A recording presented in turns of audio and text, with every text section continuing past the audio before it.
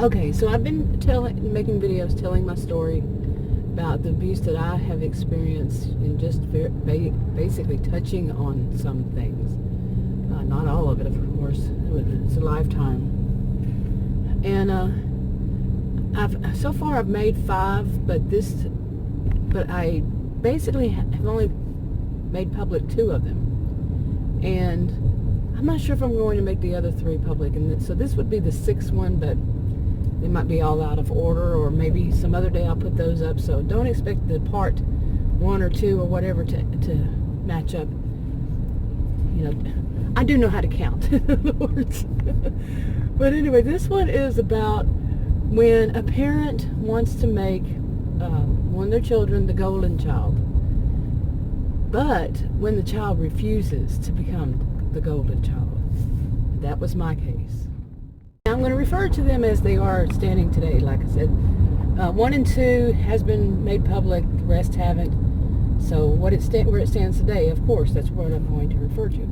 Now, in the first video, I did mention a few things about a mother being she had postpartum depression after she had me. I'm not saying all mothers that have postpartum depression are like this, but mine neglected me very severely, severe neglect. She never got past that. She never warmed up to me ever in my life. She passed away, I think it's going to be 6 years or 7 in February. But only twice was she there for me that I remember as a mother. Okay, and that's going to be part of the story eventually. And now my dad, he was what some would simply call, it was all about narcissistic abuse. His was mainly physical, but watch that first video. And yeah, and because of this, I made a video years ago about empaths and highly sensitive people, and my view on it then. I didn't know much about it then. I truly don't see those as the correct titles for it, correct labels, however you want to see it. No. Actually, I believe there is a scientific term for highly sensitive people, or something along that line. I looked it up one time. It's been a while on in scholarly journal articles online, and I think it was something like sensory. Okay, I'm going to lie if I go on from there, but yeah, there's some kind of scientific. Now, people who experience empathy, to me, that's just normal. Yeah. But I understand why people these days, they call themselves empaths and and so on and so forth. So back then, that's what I called it. But basically, to me, I think I said in that video that in my childhood abuse, my early childhood abuse, my whole life, caused me to have to, like in childhood, my mother was postpartum depression. She did not work. My dad worked full time, and who was taking care of me? Because he told me when he about a year before he died, he told me that he was the one who was taking care of me during that time. Well, he worked full time. Okay, think about it. And I truly think that was his way of trying to get me to absolve him, and him playing the victim. Okay, really, I did. Okay, in this video, I will be jumping back and forth between childhood and adulthood to tell the story, basically. So anyway, when I was a child, because my mother was the caregiver there, her mother lived next door. And her mother had been a nurse before she had my mother. She had my mother late in life, back then. So maybe she was one that was actually taking care of me. She'd come over once in a while, but I really do feel that the reason I started becoming highly sensitive, I could be wrong in all of this, is because I had to really watch for people who, adults who were around me. So maybe if I did this or I did that, if I cried or if I cooed or if I whatever, smiled or whatever, they'd give me food or change my diaper, or to give me attention. Back then, when I was really an infant and toddler and so forth. And so I became tuned in. I became very analytical, and at a very early age. And like I said, back then, that's why I say I think I became more of an empath, more of a highly sensitive person in that regard. And But also, I have a genius IQ. Now, I mentioned that once, one time, and somebody pounced on it. He should have known better. Okay? He should have known better. He pounced, all I said, I didn't put it in that way. I just said that I do have a genius IQ. And I do. Okay, and I think it was born out of that, having to use analytical skills so early in life. Really. And, so I think this is part of the story, to mention it again, that I think that is why I didn't become the golden child. Seriously. That it backfired on my dad, who tried to make me the golden child because my mother's neglect. Sounds kind of wonky, doesn't it? But I really do see it this way. I see it, yeah. So my dad wanted me to be his golden child. And it could be because he did actually have to take care of me from now and then or something. So he thought this would be the greatest one, to be his mini-me, to make just like him his next in line, that he can, well, there's more to that he can get all of his, work off his things out on, whatever, But it didn't take because of that. Now, my experience with people who do become the golden child is that they're just not that smart.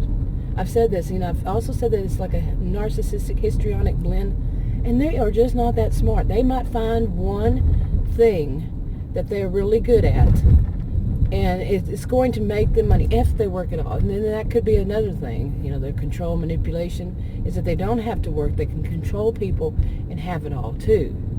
Okay, they control their spouse, something along that line. This thing is driving me nuts. It's doing that.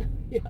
And now, as I said in the first video, my dad was physically abusive until I was age 12. Go watch that video, like I said.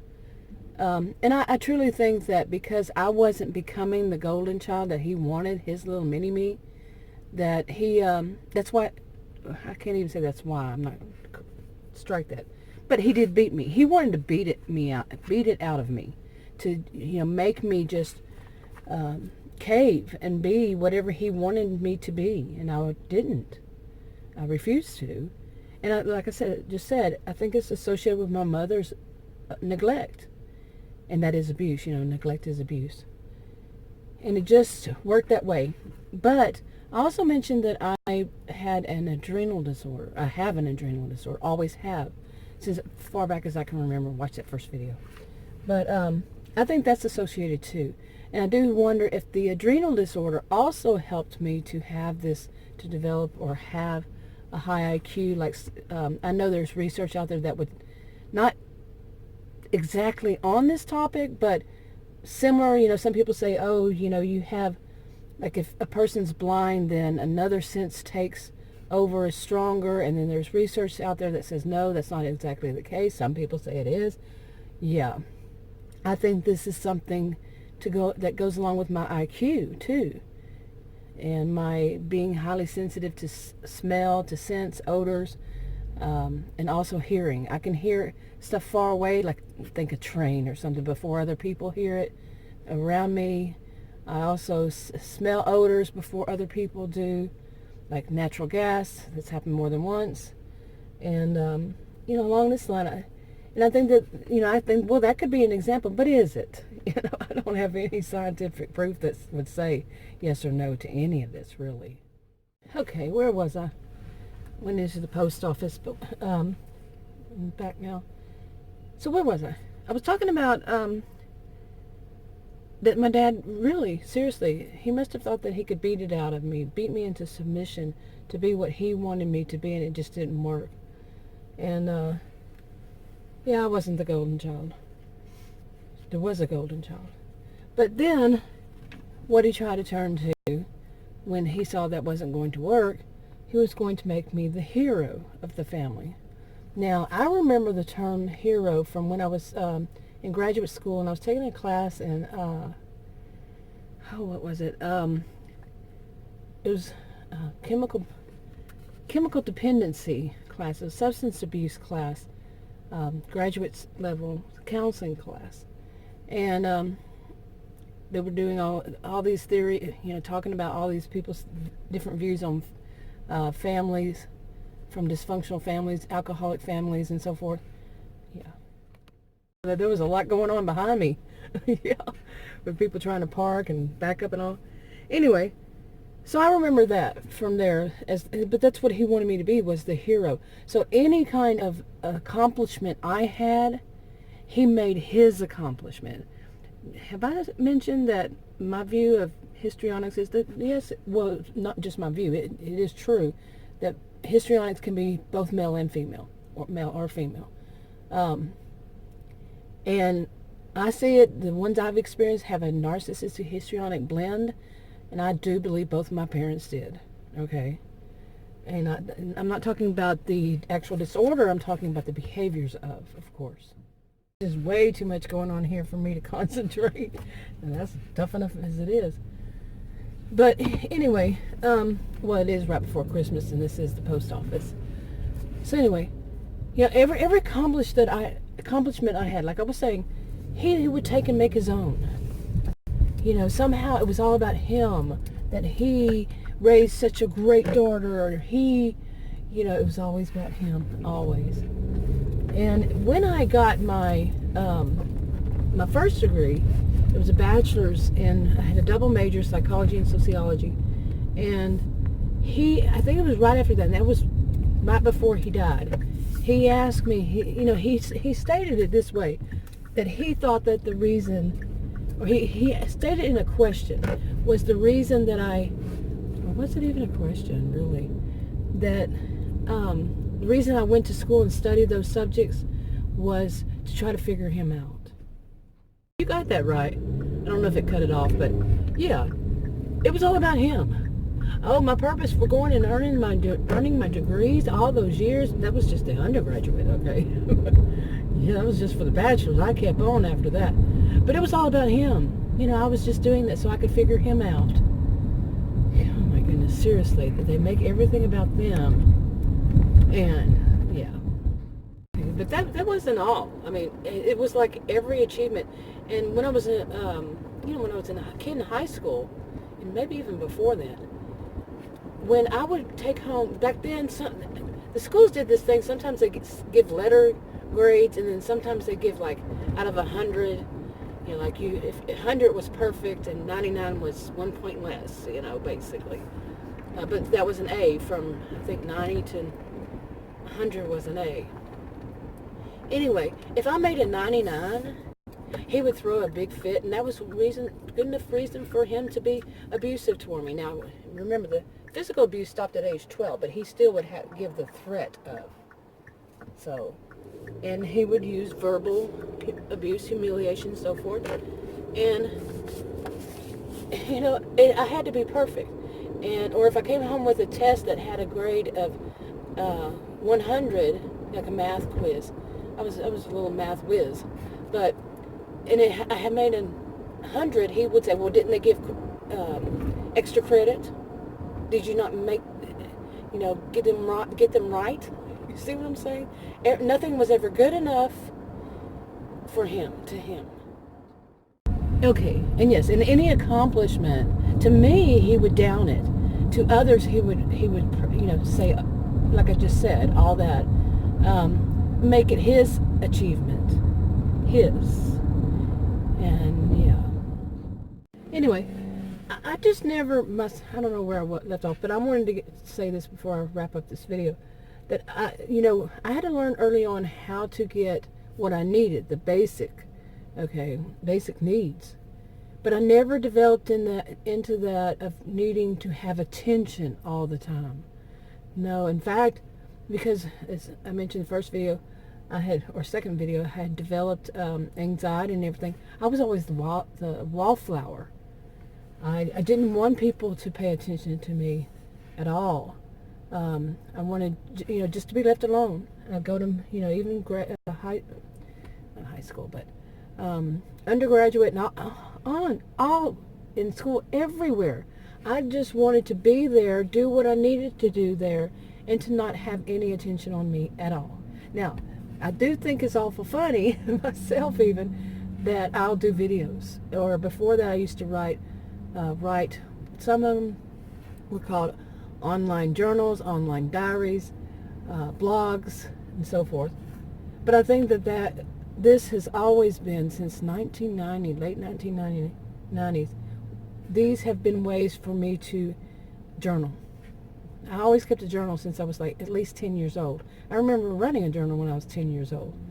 So that was my way of getting it out of my system, and still is to this day. The way I've seen these golden children, the golden child ones, is that they need all that attention. They do everything to get that attention, everything possible. They have no empathy, just like we all know that they're narcissistic. I see the narcissistic histrionic blend myself. And they were the ones that weren't that bright, really. And they were malleable. They were able to twist and turn. And he did finally find one, yeah, that would do that. And my mother had hers too. Wow. Yeah. And it can also be, like I've said before, cousins. If you have a family that has, that they're really close with the cousins and all, it could be in your family, but that part of your family, that your parent might even do that to a cousin. You see what I'm saying? To one of their nieces or nephews. And there was something else I wrote on my note about this, and that was, like I said, I had mentioned this about before my dad died. He said more than one thing to me. Another one was this about that one of my sisters was actually telling her husband, basically for me to be aware of him, okay, and her, that she was wanting to, she didn't care, she just wanted to get attention on her, and she didn't care if this gun-toting Bubba, and he wasn't from Texas, that he just would threaten me. And it never dawned on me that his threat for many years was about me. I had no reason for it to happen. Scapegoat behind the scenes. Okay, my dad tried to make me the golden child, then the hero. The rest of the family, I was the scapegoat behind the scenes. Would not have any clue that they were doing these things because it was behind the scenes. I didn't know that they were doing it. So I've mentioned that kind of thing before. And so basically, like I said, a year before he died, he told me that she would tell her husband, and it sort of made sense why he always had that gun wherever I was. Whenever I was having with the family, I just thought that was his thing, a gun. Okay, but no, it was him threatening me because that sister had told him that I was the one that did all this to her and everything. She was trying to get attention. I didn't do any of it. Okay, again, she just made up stories. And in fact, she was pretty bad. Still is, as far as I know. I don't know. I do want to say the reason I think I'm doing this was because 7 years ago this month, could be this day, but 7 years ago, I went no contact with my family. Okay, the ones that were left. Yeah. So yes, this is bringing up all this, plus the holidays and everything, yeah. I mentioned this, that my mom was an actual mother twice that I remember in my life. And one of them was about a year after my dad died. And I was 33 when he died. And about a year after that, that same sibling did try what my dad had warned me about again. And her gun-toting husband, he basically was, they were both. And she was grinning, that smirk. When he was yelling at me. I went to their house. I'd gone there. It was a 7-hour drive. Went to see her at her house, and he went off on me, and she went off on me, saying, "Oh, you said the reason, you talked about the abuse in the family. There was no abuse. Nobody ever abused you." Yeah, that was her thing. Even though she admitted to me privately that she knew, because she did, that I was abused as a child. She told me that she had a child herself, and she didn't want to.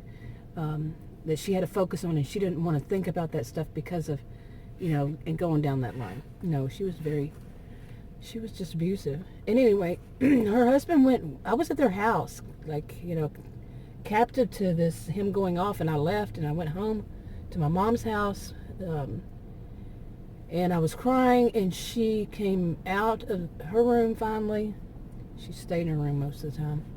And she cornered me in a room and said, I said, let me by, and I was crying, and she said, no, she said, I'm going to tell you something. And she told me, basically, my mother was a very quiet woman, and she told me that my siblings are not my friends. She said, your siblings are not your friends. Don't ever think of them as your friends. They hate you. They will always hate you. They will never be your friends, and that's because they're jealous of you. Okay, and I said, why would they be jealous of me? And I'm going to do a video about this. And I said, why would they be jealous? She said, because your dad made you his favorite. And, gave you all the attention and all that. I said, well, if they had wanted his attention, they could have had all of it, because all he was abusive. And, that upset my mom, because they were all in some form of denial. Okay, yet not. Okay, yeah, very odd, but yeah. And she, after that, some other time later on, I don't know how many years, or if it was even years, yeah, after she told me all that, to me it felt like she was being a mother, but at the same time she was very insulting to me. To say, oh, your siblings are never going to be your friends, they're never going to like you, and then, but it's true, okay? So that's why I say, in a way, yeah, But another thing that she did was, at some point, I would think, when I think about it, it was probably, let's see, maybe 7 years later, somewhere around there, somehow it came out that she had told one of my siblings, or maybe she even said it to me over the phone, that it was my fault that my dad died. Okay, this was the same woman who said it was my fault for being born. Okay, it was my fault for my dad dying. No, my dad was in the hospital. He was about to lose his last leg to diabetes. He'd already lost one leg to diabetes. And but she said that the reason was, I think she told me this on the phone. Okay, yeah, straight to me. The reason was because that I had dared to say that he abused me, and that I brought up all that stuff. So she was admitting that it did happen. She knew it happened. And that I brought it all up, and I couldn't let it go, and I wouldn't forgive him, and I wouldn't call him while he was in the hospital. So he just gave up living. He got very depressed and gave up on life. Imagine that. Seriously. Or don't want to imagine that. It's just, that is so abusive. And that's what that whole family was about, abuse. Seriously. So like I said, 7 years ago, I went no contact. That was it. Over. He was already passed. She had dementia. I just said enough is enough. But the odd reason why I went no contact finally was because they were hurting her. Okay, they were doing something. It wasn't like, no, they weren't physically hurting or anything like that. She had dementia. The way they were, the place they were trying to put her in, the home, that's a whole story. It wasn't like I said, no physical, but anyway. So I'll tell that in another story. But there's one more. This leads to also this about trying to make me the golden child, then the hero, and taking all the credit for the accomplishments I made, leads me to another one I'll do eventually, about your, the identity, having your self-identity, and why I see some of it is wrong, that what you would see in the DSM, or you hear people talk about identity. Okay, I'm going to wrap this up because this got longer than I thought it would. Anyway, I'm going to go ahead and wrap it up. Talk to y'all in another video. Bye.